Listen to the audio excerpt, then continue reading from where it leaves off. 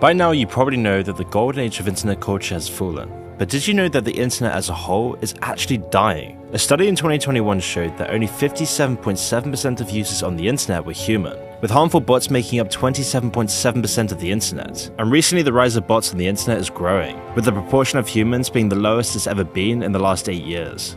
As people are now estimating that since 2021, bots now make up 64% of the internet, leading to influencers like Karen Metry popping off recently by using a fake AI version of herself to sell to fans, allowing followers to pay $1 a minute to talk to the ChatGPT 4 version of herself, signifying how fake the internet's become in recent years, with anything actually real being censored into silence. Just recently, big tech, the media and government-funded third parties were actually proven to all be colluding to censor Americans' freedom of speech. And this is just the tip of the iceberg here, because what we see today on the internet is a far cry from what it was just 10 years ago.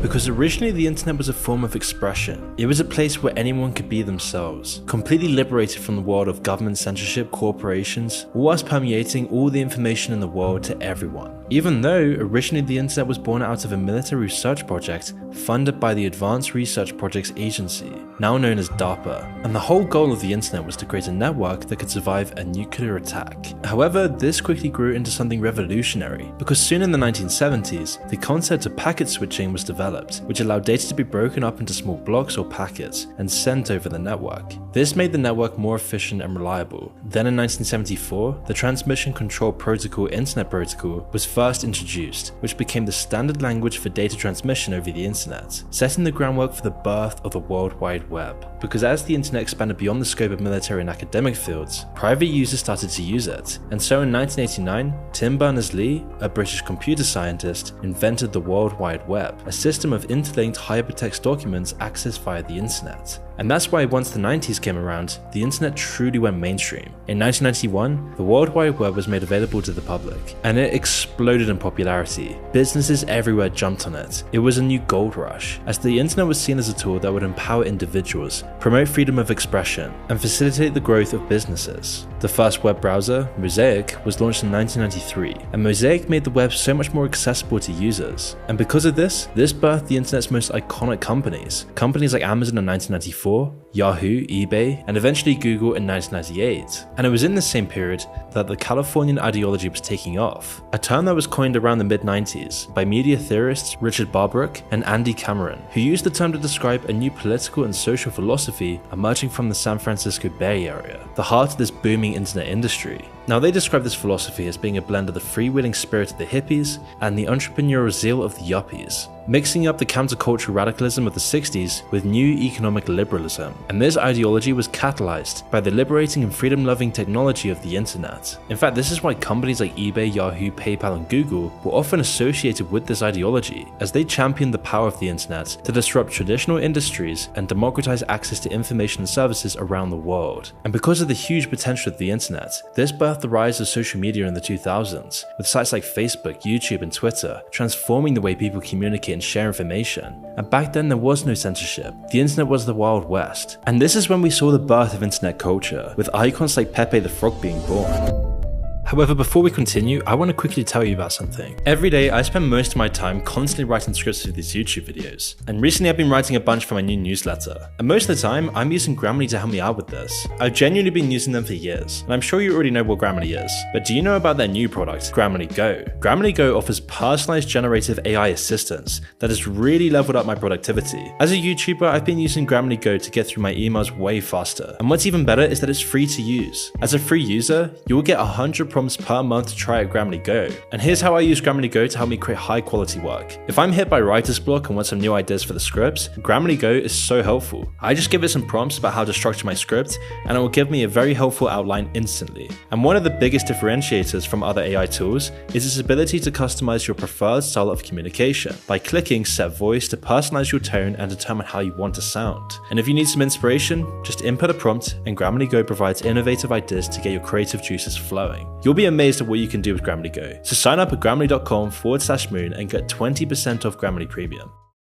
Now, Pepe the Frog initially emerged in 2005 in Matt Fourier's comic A Boy's Life. The comics feature Pepe and his anthropomorphic animal friends, embodying typical college lads. One comic showed Pepe responding to a question about his restroom visit, to which he retorted to "Feels good, man," a phrase that would later become synonymous with one of the earliest social media sites, 4chan. And the frog quickly grew in popularity with 4chan users, resembling the average 4chan user's attitude at the time. And by 2009, Pepe and his catchphrase had entered the realm of popular culture, securing an entry in Know Your Meme. And with Pepe's increasing popularity, various versions of the frog started appearing, including sad, smug, and angry Pepes, which further catapulted Pepe's fame across all platforms like Reddit, Twitter, Tumblr, and any other social media platform that you can think of.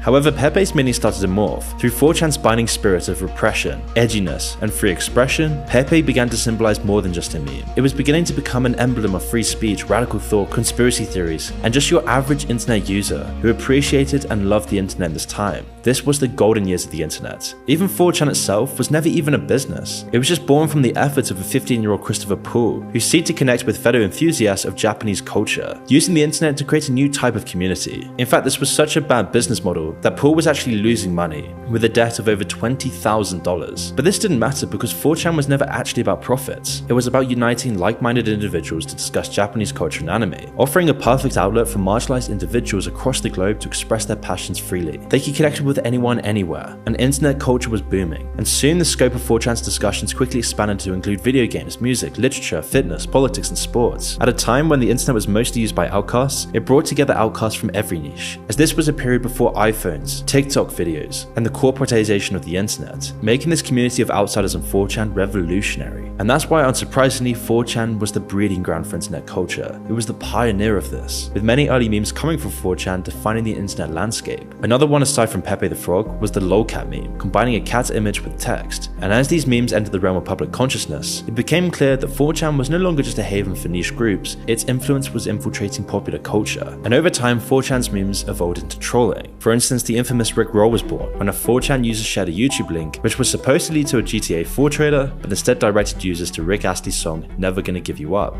Another example is when the bizarre song by Tay Zonday, Chocolate Rain, was posted to 4chan, and 4chan users all came together to boost its YouTube ranking for fun, so much so that it actually became a mainstream song and went viral everywhere, even getting a feature in South Park. I don't think so.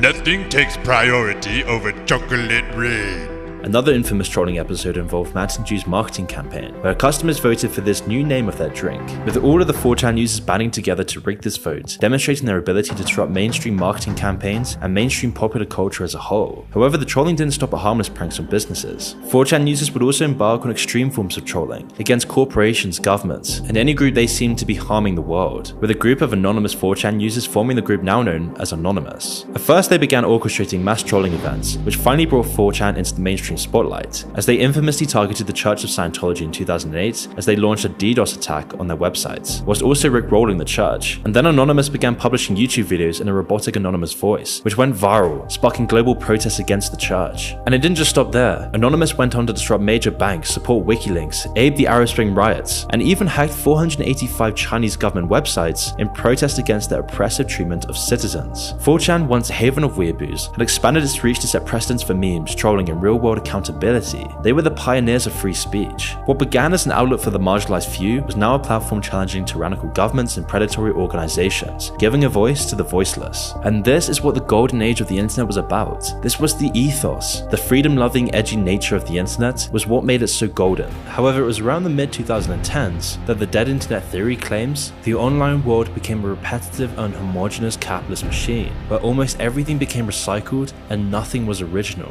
Which is why, as the internet evolved, it seems like many of the utopian dreams and Californian ideology became rotten from the inside. All the utopian dreams of freedom, liberty, and a more intelligent population seem to just fade into the distance. Just look at the companies and industries that the internet has created.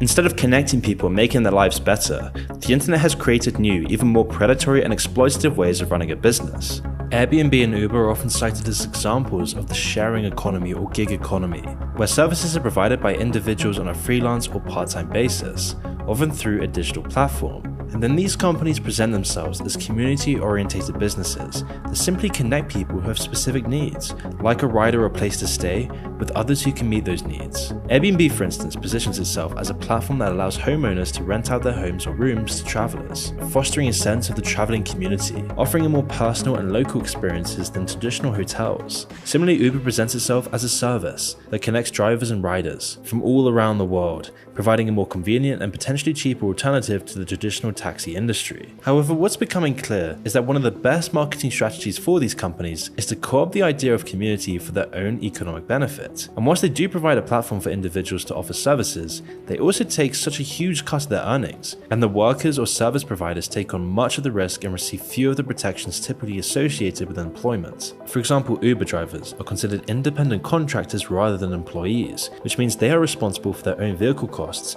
and don't receive benefits like health insurance or paid time off. Similarly, Airbnb hosts take on the risks associated with renting out their homes, such as property damage or problematic guests, all while contributing to the rising rent costs that we're seeing in almost every major global city. Gentrification is becoming the norm through Airbnb, completely decimating the communities that were actually there, all for a new form of supposed community through short-term rentals instead of long-term housing, generating waves of people who are completely atomized, not knowing their neighbors, outpriced by random foreigners, all while destroying the culture and traditions that these neighborhoods fostered.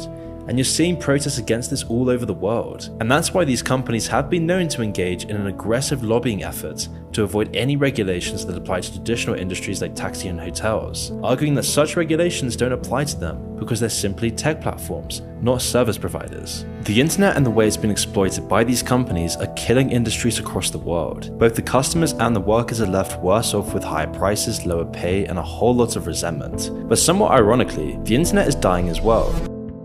Link rot is a term used to describe the phenomenon where hyperlinks on the internet become obsolete or broken over time. Now, this can occur for a variety of reasons, such as when the web page that the link is pointing to is removed, deleted, or restructured, or when the website itself is taken down. And this can also happen when the domain is not renewed, or when there are server issues. However, a recent study by Old Dominion University's Department of Computer Science found that link rot is a significant issue online, because according to the study, nearly 11% of shared resources will be lost after the first year of publishing, and after that, 0.02% will be lost per day. This means that over the course of 20 years, it's estimated that 98.4% of links on the internet may experience some form of link rot, meaning that a huge portion of the information that you see online is effectively disappearing. And this isn't just limited to casual browsing or general information. This has serious implications for various sectors in the world, including legal and academic fields. For instance, more than 50% of US Supreme Court opinions contain dead links, completely wiping out various sources to support any arguments or decisions made,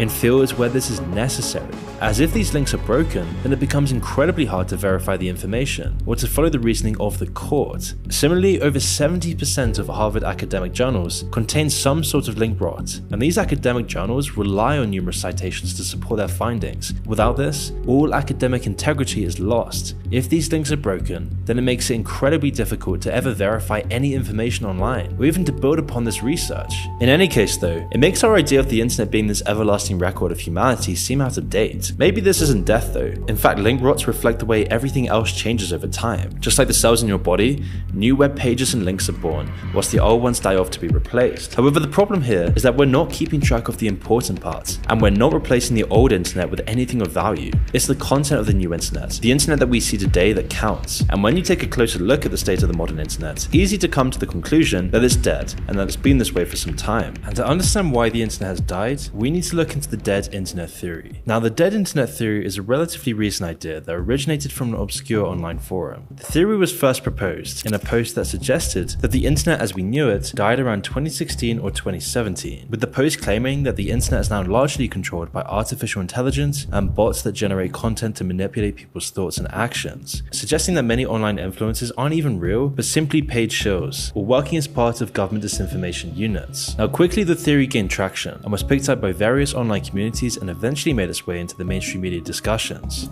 You, me, everyone.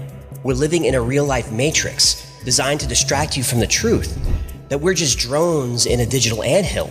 We live, work, and die so that the wealthy and powerful can grow more wealthy and powerful. And despite its dubious origins, the dead internet theory resonated with many people's experiences of the internet. It seemed to capture a sense of disillusionment and unease about the changes that have occurred in the online world. And the core idea of this theory is that the internet changed from the creative and quirky world of the late 90s and early 2000s to a repetitive, homogeneous, empty, capitalistic machine. You see, according to the theory, almost everything we see online is just looking to generate clicks for financial or political gain. Personal websites and blogs have become redundant due to the rise of social media sites like Facebook and Instagram, and many creative ideas have fallen by the wayside, looking to be replaced by an empty, hollowed out, corporatized version of the same thing. And I mean, there's truth to this. Currently, 43% of all internet bandwidth is consumed simply by 6 mega corporations: Netflix, Google, Amazon, Facebook, Microsoft, and Apple, controlling almost 50% of the internet. And through their highly developed algorithms, split testing, and billions in research, they know how to addict you, to suck away your attention. And they are the largest players in creating our dopamine-fried generation, developing the foundations for our constant seeking of stimulation. I mean, it's gone so bad that in a recent study, participants were left alone with their thoughts for 16 to 15 minutes, and about 50% of these people found the experience incredibly boring. So boring, in fact, that when given the option to self-administer an electric shock, a significant number of participants chose to do so rather than just sit with their own thoughts for 6 minutes. Because our generation, a generation that's grown up on the modern internet, has become so accustomed to the constant distractions and noise that we'll flee into the hands of these companies. As we never want to be bored, we have been trained to never want to be with our own thoughts. And yet boredom and solitude, being with your own thoughts, is what fosters creativity and ingenuity.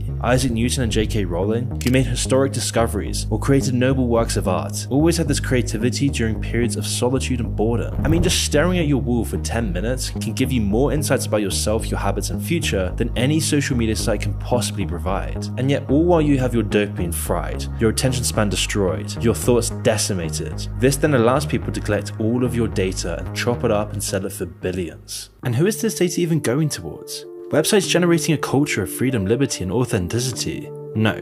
It goes to those who are robbing your future potential by destroying your dopamine. Social media sites that have monopolized the internet, preying on a generation's destroyed brain chemistry. Companies destroying your mental health. Like the culture of Instagram, for example, that from Instagram's inception has promoted a culture of photoshopping your face, leading to the widespread use of the term Instagram reality. There's even a subreddit with over 1 million subscribers that exposes the fabricated, idealized life that is so commonplace on Instagram. And it's not just faces and bodies that are fabricated, it's even people's audiences. I mean, it's remarkably easy to buy bot accounts as followers, a practice that a ton of celebrities engage in. For instance, it's estimated that Ariana Grande has over 65 million fake followers, and it's all of these deceptions that contribute to an unrealistic standard on Instagram. And despite growing awareness of these falsehoods, they still subconsciously impact your mindset and mental health, as Instagram's 500 million regular users will constantly face a daily bombardment of unattainable standards, leading to the subconscious comparison to others' perfect yet fake lives. And there are consequences to this. According to recent research, among the 5 major social media platforms that young people use, Instagram was rated as the most detrimental to users' mental health, having the most severe effects on people's body image, which was also linked with depression and anxiety, all due to Instagram's toxic culture of perfectionism, something that has generated Zuckerberg untold billions. And what's even more disturbing is that Facebook, the parent company of Instagram, has been intentionally overlooking these issues on both platforms. In late 2021, an internal presentation for Instagram and Facebook employees was leaked, revealing shocking content and implications. The presentation not only showed that Instagram is harmful to young people, but also that Facebook has conducted detailed research on its effects. And the most damning statement it makes is that Instagram is, quote, harmful for a sizable percentage of teens, particularly teenage girls. For instance, 40% of teens now felt unattractive due to Instagram. And yet the weirdest part is that these teenagers are actually completely aware of the detrimental effects of Instagram, but they're still addicted by its algorithm, being compelled to use it for the fear of missing out, trapping hundreds of millions of people into a vicious cycle of constantly seeking the next dopamine hit and feeling left out and inadequate if you don't. Continually chasing the dopamine, fearing you're missing out, striving to outdo others, caught in this photoshopping loop that completely destroys your self-esteem and what little dopamine that's left in your brain. And yet what's even more alarming is that this evidence isn't even enough for Facebook. They're intent on exploiting even more of the population, because this is generating them hundreds of billions. And this was evidenced by their plans to release a version of Instagram for children under 13. This disturbing move was only delayed by the leak of the presentation, otherwise this probably would have been launched by now. Even though Facebook is very aware how unsafe Instagram is for teenagers, they're now going to target even more vulnerable and naive younger children, clearly demonstrating Facebook's disregard for its users and population. And the only reason they paused the release of this children's app was due to the public backlash, but once that eventually subsides, it's likely that we'll see the release of Instagram Kids soon after. And bear in mind, this company controls Instagram, WhatsApp, and soon the metaverse, boasting over 3.5 billion users across all of its platforms. Half of the entire world's population is now being influenced by this company. And how is this power being utilized? To destroy your mental health, destroy your dopamine, ruin your future potential, ruin your body image, and atomizing you from your community. And the more of these negative emotions that are harnessed by Facebook, this then fuels more division amongst people, more aggressive political divides, more back and forths, more internet drama, which then promotes more engagement, more addiction to the platform, and more negative emotions for everyone. But if you thought things can get any faker than they are now on the internet, wait until you see this, because right now, we're about to go into the next stage in internet culture, a stage that's arguably worse than the one we're already in, the age of AI and deepfakes. From Twitch streamers morphing into adult film stars, to Joe Rogan endorsing fraudulent products, and even some deepfakes that could genuinely trigger a massive global conflict, are now starting to pop up on all parts of the internet, like this clip for example. First to be called in a sequence determined by national lottery will be men and women whose 20th birthday falls during calendar year 2023. Remember, you're not sending your sons and daughters to war.